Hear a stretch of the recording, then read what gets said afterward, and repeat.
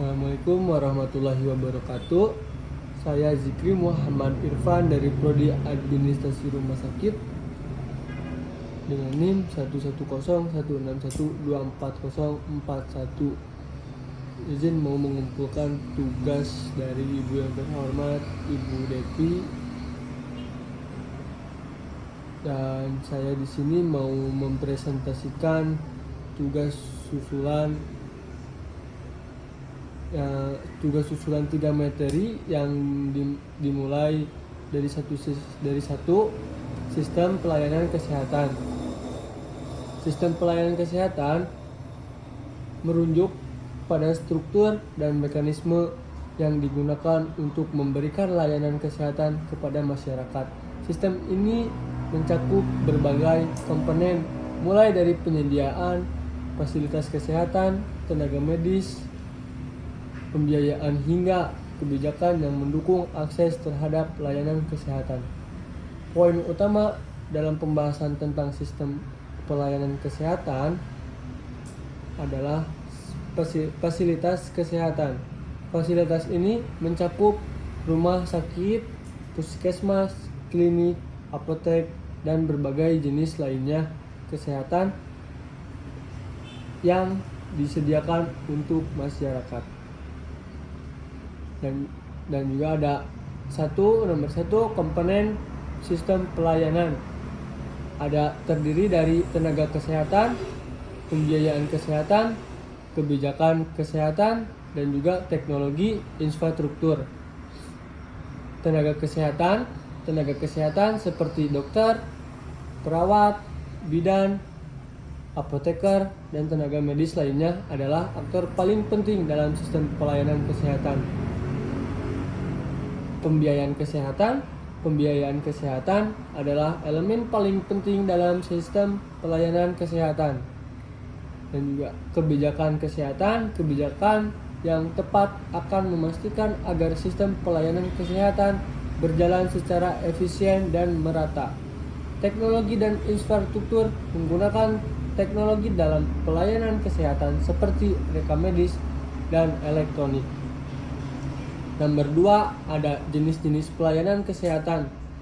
Jenis-jenis pelayanan kesehatan ada pelayanan kesehatan primer, pelayanan kesehatan tersier. Nah, pelayanan kesehatan primer adalah layanan dasar yang sering diberikan di puskesmas, klinik, dan dokter umum lainnya. Pelayanan ini meliputi pemeriksaan kesehatan umum, pelayanan kesehatan sekunder. Pelayanan kesehatan sekunder biasanya melibatkan spesialis seperti dokter spesialis dan lain-lainnya. Pelayanan kesehatan tersier diberikan oleh rumah sakit besar yang memiliki fasilitas lengkap dan spesialis tinggi. Nomor 3, model sistem pelayanan kesehatan. Model sistem pelayanan kesehatan adalah berbagai negara menerapkan model yang berbeda untuk sistem pelayanan kesehatan mereka.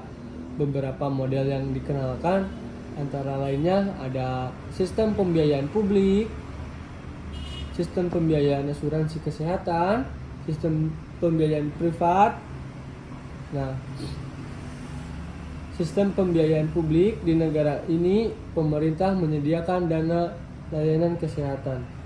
Sistem pembiayaan asuransi kesehatan di negara dengan model ini, warga diwajibkan untuk mendaftar dalam suatu asuransi kesehatan. Sistem pembiayaan private. Pada sistem ini, pelayanan kesehatan didasarkan pada pembayaran langsung oleh individu. 4. Tantangan dalam sistem pelayanan kesehatan. Ada beberapa tantangan utama dalam sistem pelayanan kesehatan di banyak negara termasuk Indonesia adalah ketimpang akses dan kualitas pelayanan. Nomor 5, reformasi sistem pelayanan kesehatan. Banyaknya negara termasuk Indonesia terus melakukan reformasi untuk meningkatkan sistem pelayanan kesehatan mereka. Ya, dan nomor 6 yang terakhir ada pentingnya pencegahan dan promosi kesehatan. Pentingnya pencegahan dan promosi kesehatan bisa sebagian besar di negara kini juga mulai mengutamakan aspek pencegahan dan promosi kesehatan dalam sistem pelayanan kesehatan mereka. Ini termasuk kampanye kesehatan masyarakat seperti vaksinasi, penyuluhan gaya hidup sehat, dan deteksi dini penyakit. Pencegahan ini dianggap lebih efisien dan lebih murah. Kenapa? Daripada pengobatan penyakit yang sudah parah. Ya, mungkin sudah sekian dari saya yang sudah saya sampaikan yang materi sistem pelayanan kesehatan ini. Mungkin kesimpulannya yang bisa saya bawakan, mungkin sistem pelayanan kesehatan yang efektif sangat bergantung pada komponen-komponen yang saling mendukung, termasuk kebijakan pemerintah, fasilitas kesehatan yang memadai, tenaga kesehatan yang terlatih, serta pembiayaan yang mencakup seluruh lapisan masyarakat. Dalam rangka meningkatkan kualitas hidup dan kesejahteraan masyarakat, sistem pelayanan kesehatan harus mampu mengatasi tantangan-tantangan yang ada dan menyediakan akses yang merata dan terjangkau untuk semua orang. Sekian, terima kasih. Assalamualaikum warahmatullahi wabarakatuh. Assalamualaikum warahmatullahi wabarakatuh. Saya di sini akan melanjutkan materi yang kedua yang berjudul Sistem Pembiayaan Kesehatan. Sistem pembiayaan kesehatan adalah mekanisme yang digunakan untuk mengumpulkan, mengelola, dan mendistribusikan dana guna membiayai layanan kesehatan kepada masyarakat. Pembahasan lengkap mengenai sistem pembiayaan kesehatan berikut. Nomor 1, model pembiayaan kesehatan. Secara umum, sistem pembiayaan kesehatan dapat dikelompokkan ke dalam beberapa model utama, yaitu pembiayaan publik, asuransi kesehatan, pembiayaan private ataupun pembayaran langsung, dan sistem pembiayaan campuran. Pembiayaan publik. Pada model pembiayaan publik, negara bertanggung jawab penuh untuk menyediakan layanan kesehatan kepada masyarakat, biasanya dengan dana yang diperoleh dari pajak yang dikumpulkan dari warga negara. Asuransi kesehatan. Sistem ini mengandalkan pembayaran premi yang dilakukan oleh individu atau kelompok yang kemudian digunakan untuk membayar layanan kesehatan. Pembiayaan private ataupun pembayaran langsung.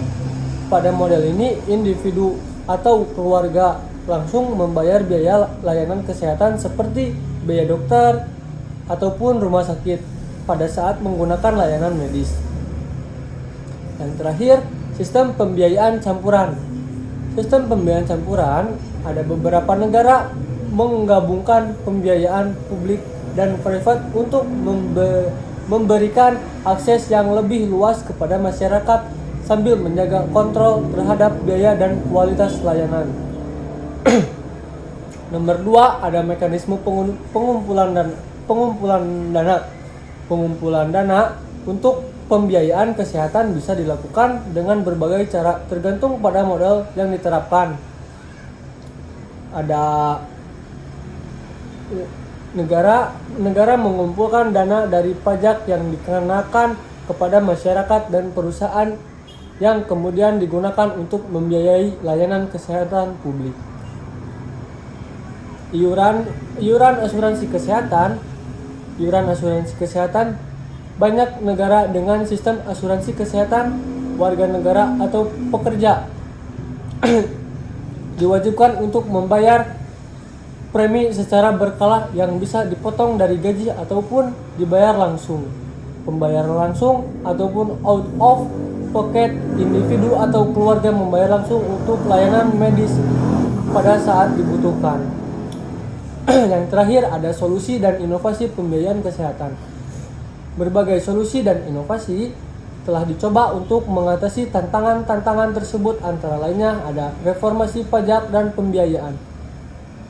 Nah, sekian dari saya untuk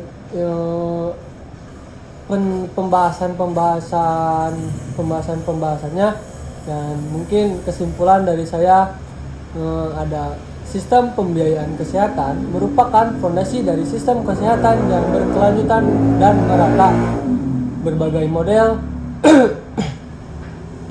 Berbagai model pembiayaan yang ada, baik publik, asuransi, atau private, memiliki kelebihan dan tantangannya masing-masing.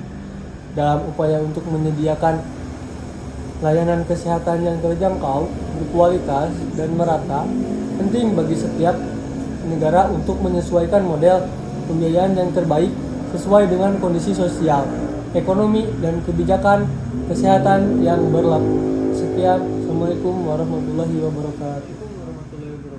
Saya di sini akan melanjutkan materi yang ketiga yang berjudul Sistem Rujukan Kesehatan. Sistem rujukan kesehatan adalah suatu mekanisme dalam sistem pelayanan kesehatan di mana pasien yang membutuhkan perawatan lebih lanjut atau spesialis dirujuk dari fasilitas kesehatan tingkat pertama seperti contohnya di puskesmas ataupun di klinik, maupun melanjut ke fasilitas kesehatan yang lebih tinggi seperti rumah sakit untuk mendapatkan diagnosis atau pengobatan yang lebih lanjut. Tujuan sistem rujukan ada beberapa macam, seperti nomor satunya menjamin kualitas, penyediaan sumber, dan penyebaran layanan. Menjamin kualitas ada layanan, memastikan pasien mendapatkan layanan yang sesuai dengan tingkat kebutuhan medisnya. Nomor dua ada penyediaan sumber daya yang efisien, mengurangi beban fasilitas kesehatan tinggi dengan memastikan pasien dirujuk hanya ketika memang diperlukan.